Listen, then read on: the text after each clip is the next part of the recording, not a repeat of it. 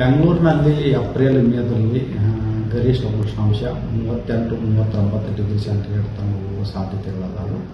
ಮತ್ತು ಕರಾವಳಿ ಜಿಲ್ಲೆಗಳಲ್ಲಿ ಉತ್ತರ ಕನ್ನಡ, ಉಡುಪಿ, ದಕ್ಷಿಣ ಕನ್ನಡ ಜಿಲ್ಲೆಗಳಲ್ಲಿ ಗರಿಷ್ಠ ಉಷ್ಣಾಂಶ 38 ಡಿಗ್ರಿ ತನಕ ಹೋಗ್ಬೋದು.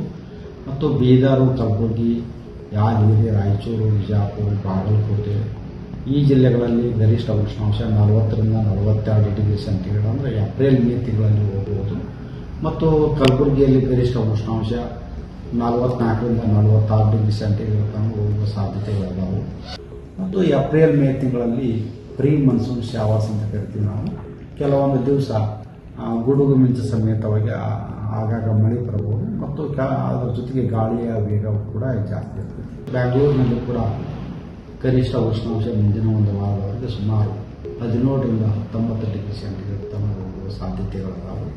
ಮುಂದಿನ ಒಂದು ವಾರದವರೆಗೆ ಗರಿಷ್ಠ ಉಷ್ಣಾಂಶ ಹಗಲಿ ಹೊತ್ತಿನಲ್ಲಿ ಕೂಡ ಏರಿಕೆಯಾಗುವ ಸಾಧ್ಯತೆ ಐತಿ.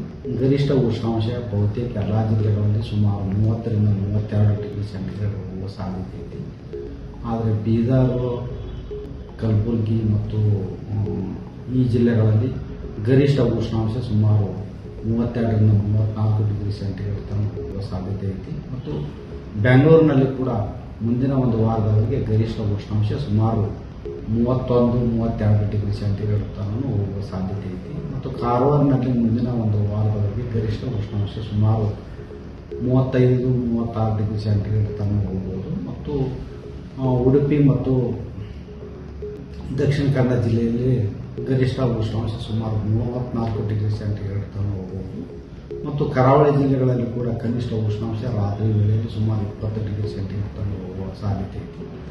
ಮತ್ತು ಕರಾವಳಿ ಜಿಲ್ಲೆಗಳಲ್ಲಿ ವಾತಾವರಣದಲ್ಲಿ ಜಾಸ್ತಿ ಆಗಿರುವುದರಿಂದ ಮತ್ತು ಉಷ್ಣಾಂಶ ಏರಿಕೆ ಆಗಿರುವುದರಿಂದ ನಮಗೆ ಅನ್ಕಂಫರ್ಟೇಬಲ್ ವೆದರ್ ಇರುವುದರಿಂದ ಉಡುಪಿ ಮತ್ತು ಉತ್ತರ ಕನ್ನಡ ಜಿಲ್ಲೆಗಳಿಗೆ ನಾವು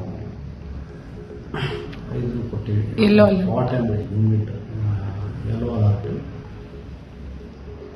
ಮತ್ತು ಮುಂದಿನ ದಿನಗಳಲ್ಲಿ ಏಪ್ರಿಲ್ ಮತ್ತು ಮೇ ದಿನಗಳಲ್ಲಿ ಉಷ್ಣಾಂಶ ಮತ್ತಷ್ಟು ಏರಿಕೆಯಾಗುವ ಸಾಧ್ಯತೆಗಳು ಸರ್. ಯಾವ ಕಳೆದ ಈಗ ಒಂದು ವಾತಾವರಣದಲ್ಲಿ